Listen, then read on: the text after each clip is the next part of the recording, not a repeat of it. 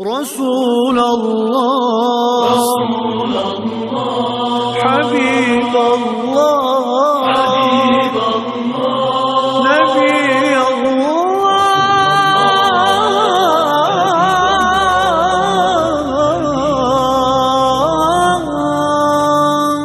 شفيع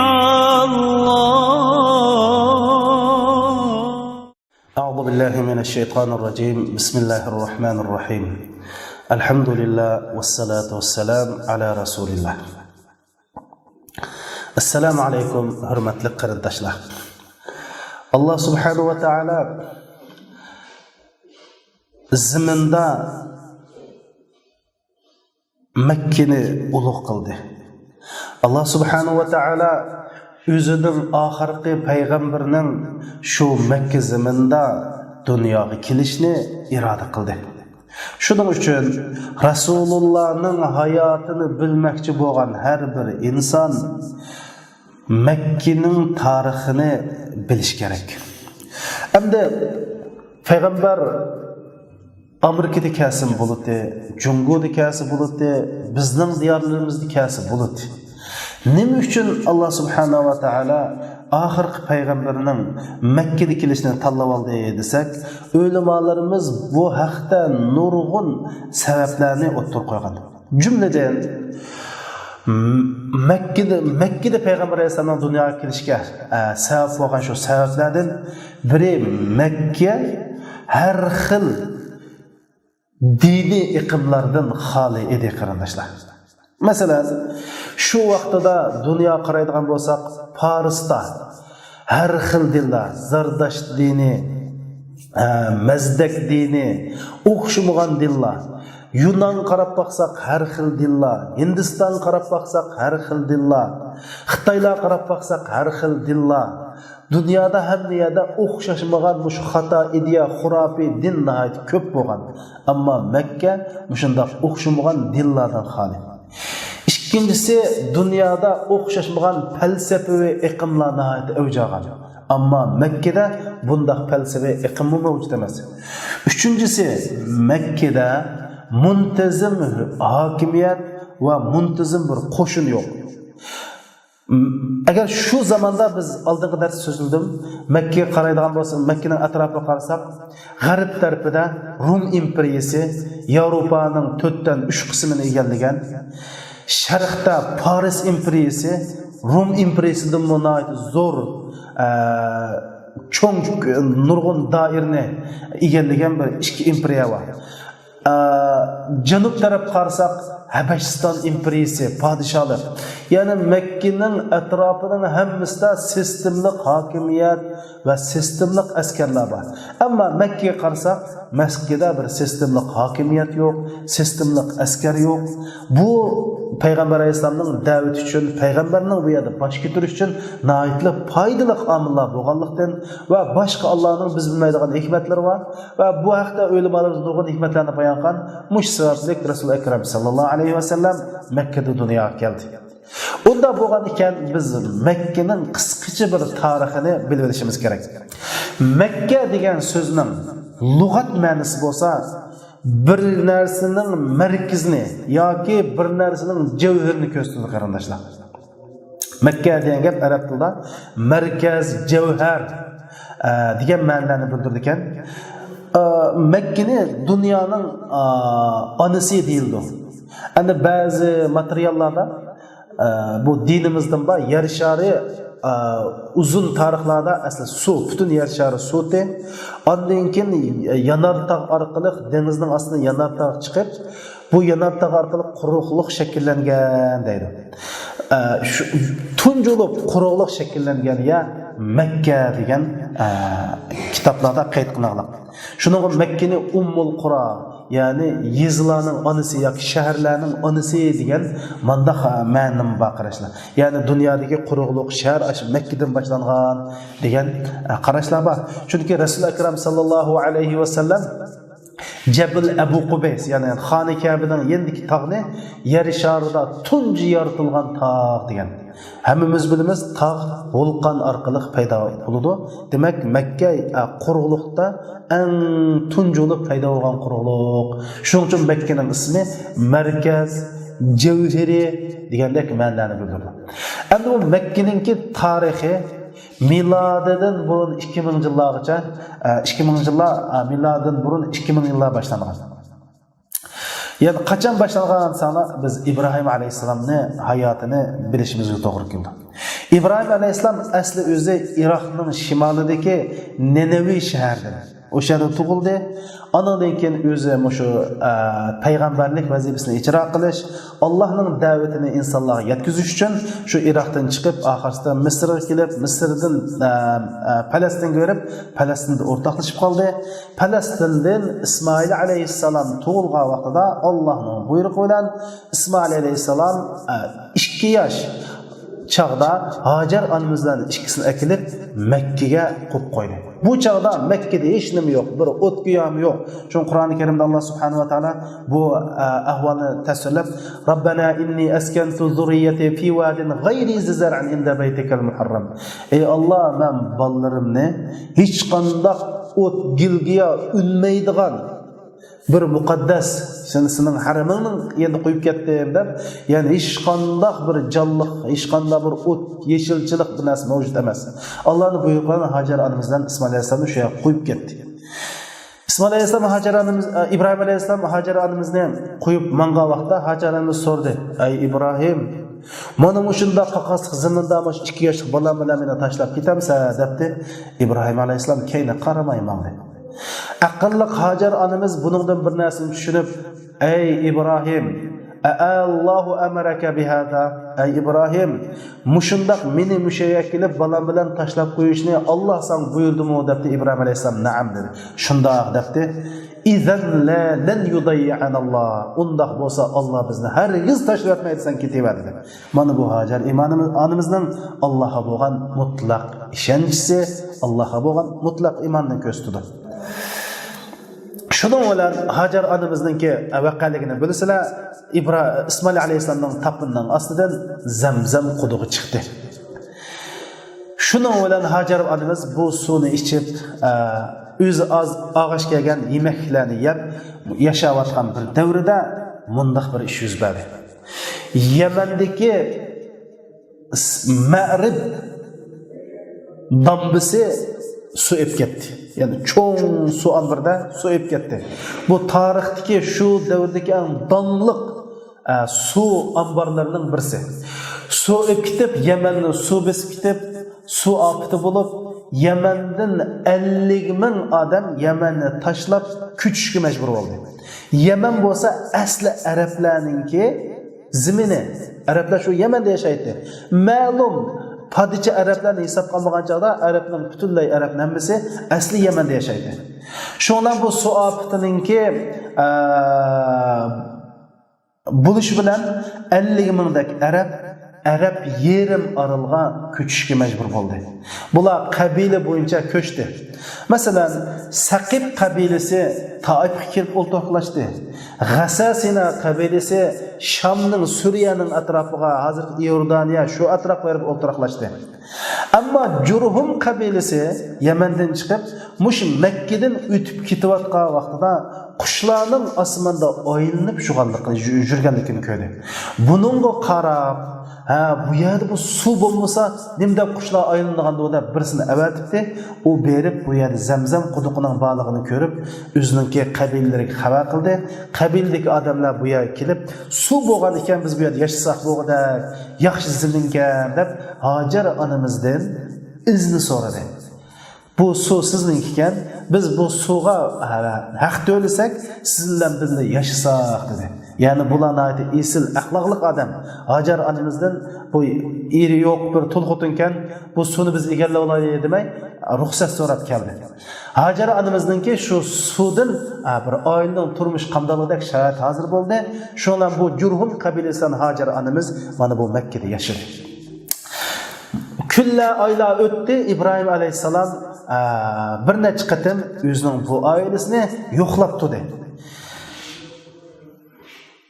İsmoil alayhissalom 16 yoshga kirgan vaqtida Alloh subhanahu va taolo Ibrohim alayhissalom bilan Ismoil alayhissalomni xoni Kabani silishga buyurdi. İsmail aleyhisselam taşlarını ekip etti. İbrahim aleyhisselam olsa özünün mübarek kolları bilen taşlarını koyup Xan-ı Kabe'ni sağan idi. Xan-ı Kabe'nin temini taş bilen seliş jarayonida her bir taşını koyup İbrahim aleyhisselam keyniga 4-5 metre yenip durup bu taş joyiga quyildimi, tam tuz chiqdimi, tek chiqdimi deb shunday qaraydi. Aş İbrahim aleyhisselamның aş tamoni tuz chiqdimi, yaxshi chiqdimi deb qaragan yeri maqam İbrahim, yani İbrahimning tug'an izi deb ataldi. Allah subhanahu va taolo Qur'oni Karimda haj qilgan musulmonlarni, haramga borgan musulmonlarni aş İbrahimning izining qishida turib namoz o'qinglar dedi. Her bir haramga borgan musulmonning o'sha namoz o'qishi sunnat. Nima uchun degan chaqda mush hajga borgan odamlarning ish qilgan chaqda İbrahim alayhissalomdek astoydil, samimiy, puxta, yaxshi, sifatli ish qilishni o'rgansin deb Alloh shunday qildi qarindoshlarimiz. Shunday qilib İbrahim alayhissalom cho'ng bo'lib, mana bu Jurhum qabilasining qizi bilan uylandi. Shuning bilan İbrahim aleyhisselam'ınki İsmail aleyhisselam'ın ayali Arap ama İsmail aleyhisselam özü Arap emas. Mana Resulullah'ınki ecdadı mana muş İsmail aleyhisselam'ın neslinden kilir qarindoshlarimiz. Şundan bula İbrahim aleyhisselam Xan-ı Kabe'ni sep bulup Allah subhanahu wa ta'ala dedi ki ey İbrahim emdi kişilerini sen hacıge toğluğun depti. İbrahim aleyhisselam ey Allah minin bu çöl cezirde avazım ne giydi o depti. Toğla sendin yetküzüş bizdin dedi qarindoshlar. Yani İbrahim aleyhisselam Allah'ın dedi hacıge çağırı sendin ama başkalarına anlatışı olsa bizdin dedi. Bunundan biz nurgun neslerini düşünüp alımız.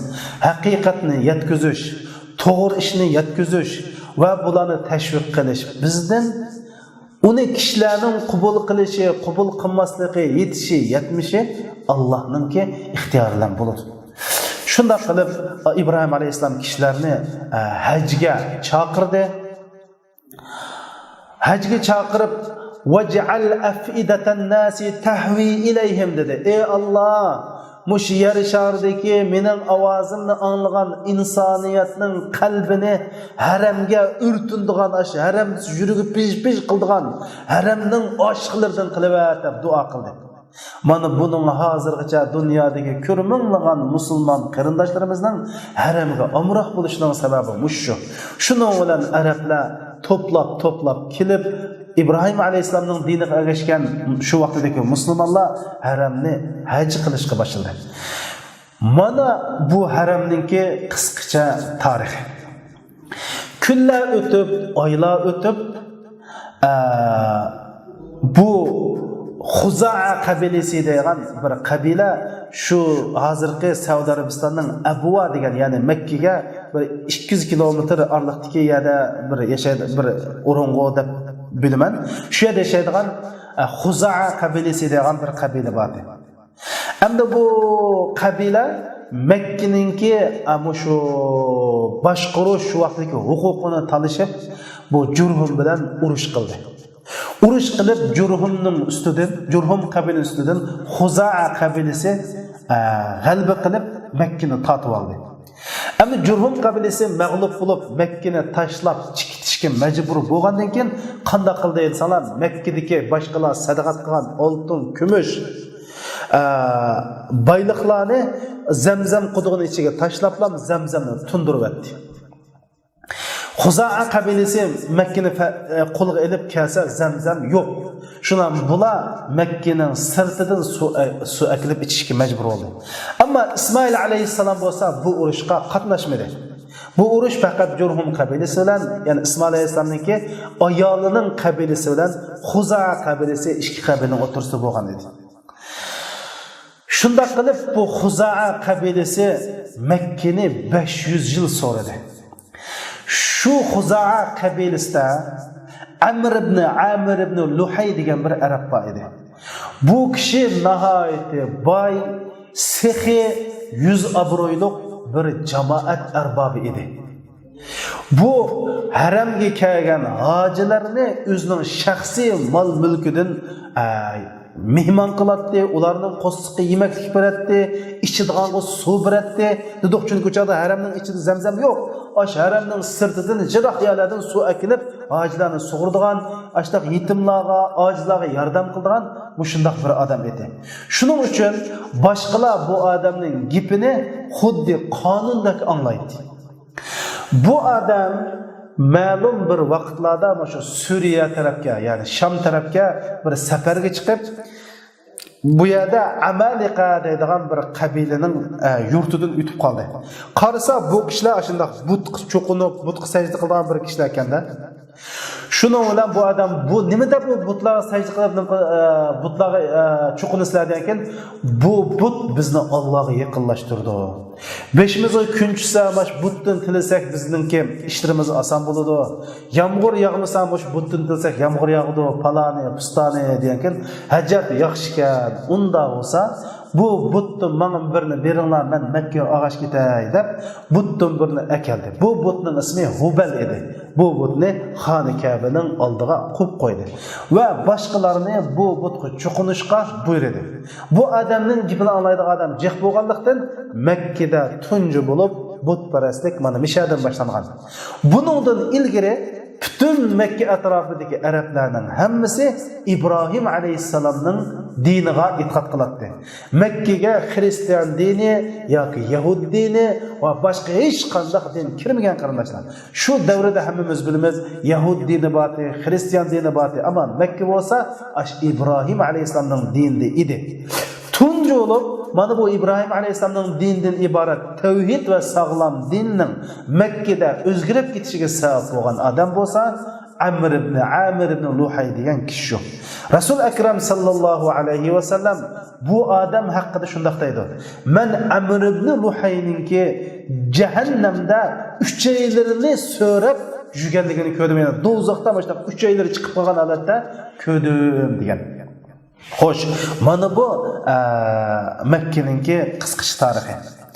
Endi biz qarindoshlar Rasulullohning hayotini so'zlashdan burun sizlarning saminglarga Rasululloh tug'ilishdan 55 kun burun yuz bergan va Qur'oni Karimda Allohida til qilingan fil vaqasini so'zlash to'g'ri keladi.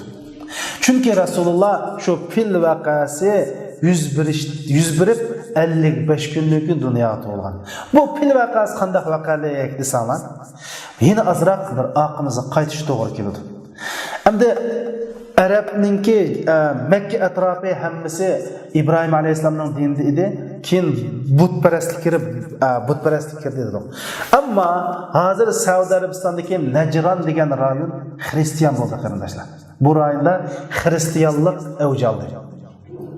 Qanday oldu desanlar?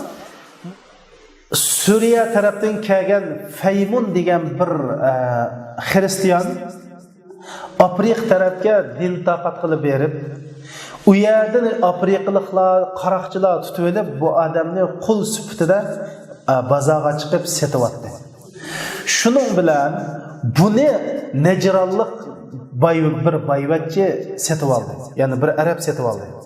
Akilib shona bu qulni ishiltish jarayonida bu Faymunning yaxshi solih taqvodor bir odam ekanligini ko'rgandan keyin xo'jayin so'radi: "Sen qaysi dinda?" degan keyin "Men mush Xristian din, men mush mushta dinda, mening dinim haq, men sening dining xato din, bu xurofot" deb shada da'vat qilish orqali bu xo'jayin musulmon bo'lib, sham bu Najronda Xristian dini umumlashdi. Endi bu Najran degan rayon Yaman bilan chegirdosh. Shu bilan bu yerdan diniy da'vatchilar chiqib Yamanga da'vat qilishga boshladi. Yamanda Xristian dini da'vat qilib chiqqan bir olim Yamanda o'rinlashdi. Endi bu chaqda Yamanning podshosining ismi Zulnuvas. Bu Zulnuvas degan podshoninki noiti usta sihrigar kahillar bo'lib, Bu sehrigar qayerib ketganlikdan podshoh dedi. Men aqlliq boladan bir 10-15 balni bersam, men bularga o'zimning hunarini o'rgatib qo'ysam degandan keyin ma'qul deb 10-15 balni bu sehrigarga shogirdlik berdi. Shuning orasida bir bola uydan shu sehrigarninki qashiq berish jarayonida Najrandan kelgan rohib bilan uchrashib qoldi. Rohibdan diniy da'vatni angladi. Ondan keyin sehrigarni qashig'i oldi. Ashunda qilib bu rohibning ta'siri uchab bu bola xristian bo'ldi. Ya'ni haq din ustida bo'ldi. Shuna bilan bu bola bu Yaman rayonida xristian dinini da'vat qildi. Da'vat qilib bu da'vat azroq kengaygandan keyin buning xavri Zunuvas degan podshohga yetdi. Chunki bu podshoh o'z vaqtida Yahudi diniga e'tiqod qilgan podshoh edi. Shuning bilan bu ishninki bu balani va shu balaning ustozini tutib akilib, ustozini o'ltiribdi. Ammo bu balani o'ltirmadi. Bu vaqalik Qur'oni Karimda Uhdud vaqaliga, ya'ni O'rak vaqaliga deb bayon qilindi. Qutila ashabul Uhdud an-nari zatil waqud izhum alayha qu'ud degan vaqalik mashhur. Ya'ni bu Zunuvas degan odam bu yosh balni o'ltirman deb oxirsida bu balni o'ltirgan bo'ldi. Ammo butun shu askarlarni boshlab mush Najrondagi xristianlarni yo'qtiman deb 20 mingdak odamni o't o'rak ko'lab u yerga gulxonlarni yoqib odamlarni shu yerga tashlab 20 ming odamni o'ltirdi. O'ltirgandan keyin shuning 20 ming odamning ichidan Davs Zu Sa'laban deydigan bir odam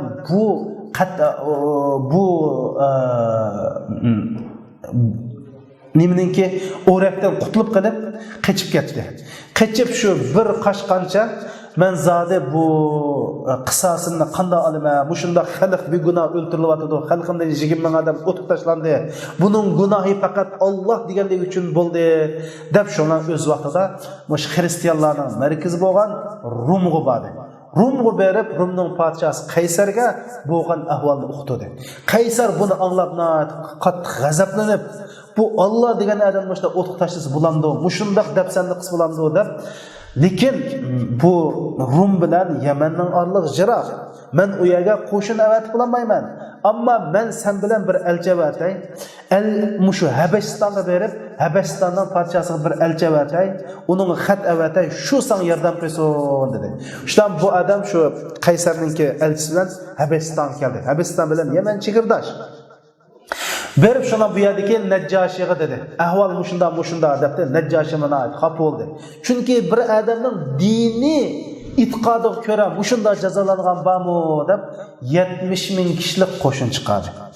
Bu 70 ming kishilik qo'shinninki 5i Aryal degan qo'mondan, ikkinchi qo'mondan bo'lsa Abrahal Ashram.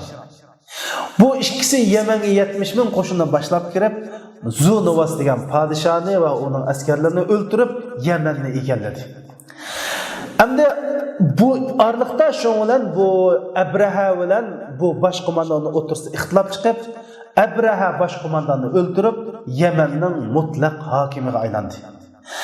Endi bu Yamanning mutlaq hokim bo'lgan bilanmi u Najjoshi, ya'ni Habashistondagi Najjoshining qo'l ostidagi qo'mondan bo'lganlik uchun Najjoshiga xizmat ko'rsatish uchun mushu Yamanda ajoyib cho'ng bir Qulays degan cherkovni soldi. Chunki barliq kishilarning Saudiya Arabistondagi hozirgi Makkadagi haram bo'lmay cherkovga kelib tavof qilishni maqsad qilgan edi. Nima ish qiladi degan chog'da bu haram bo'lsa dunyodagi tijorat markazlarining biri edi. Yamandan Suriyaga mangdigan, Suriyadan Yamanga mangdigan, hatto Xitoy tarafdan kelgan mollar Makkaga kelib atrof taqaydi. Yilda necha qatam savdo yarmankalar bo'ladi. Mana mushni maqsad qilib bu Ka'bani Yamanga o'zgartmoqchi bo'lib bir cherkov soldi va arablarni mushaga kelib tavof qilishga buyurdi, ammo arablar bog'lanmadi.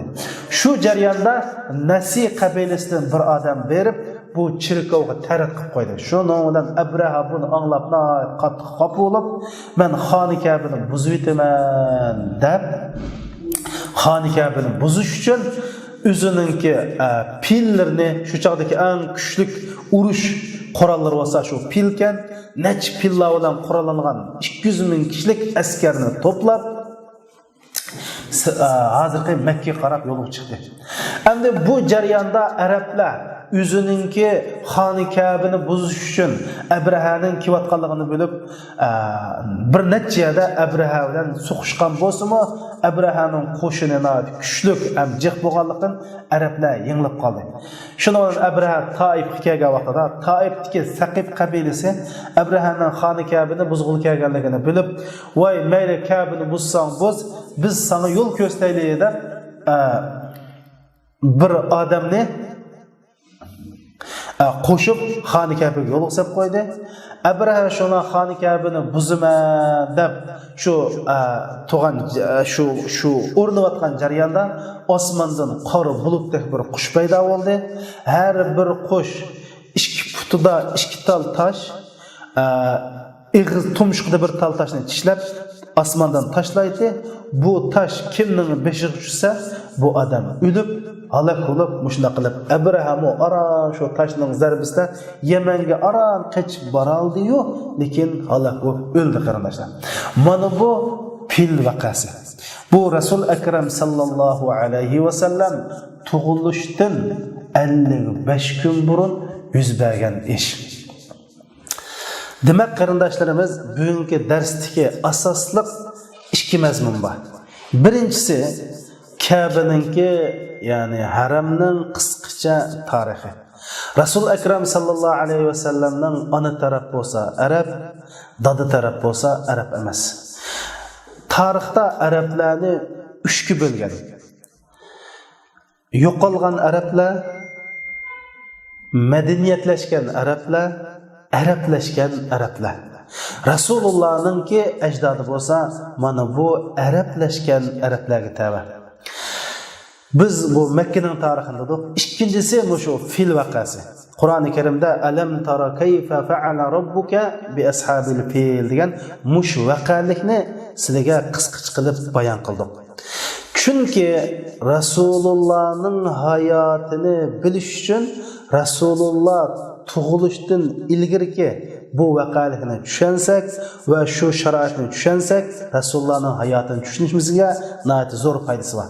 Chunki Alloh subhanahu va taolo mana bu fil vaqasida Ka'bani qo'dab qoldi.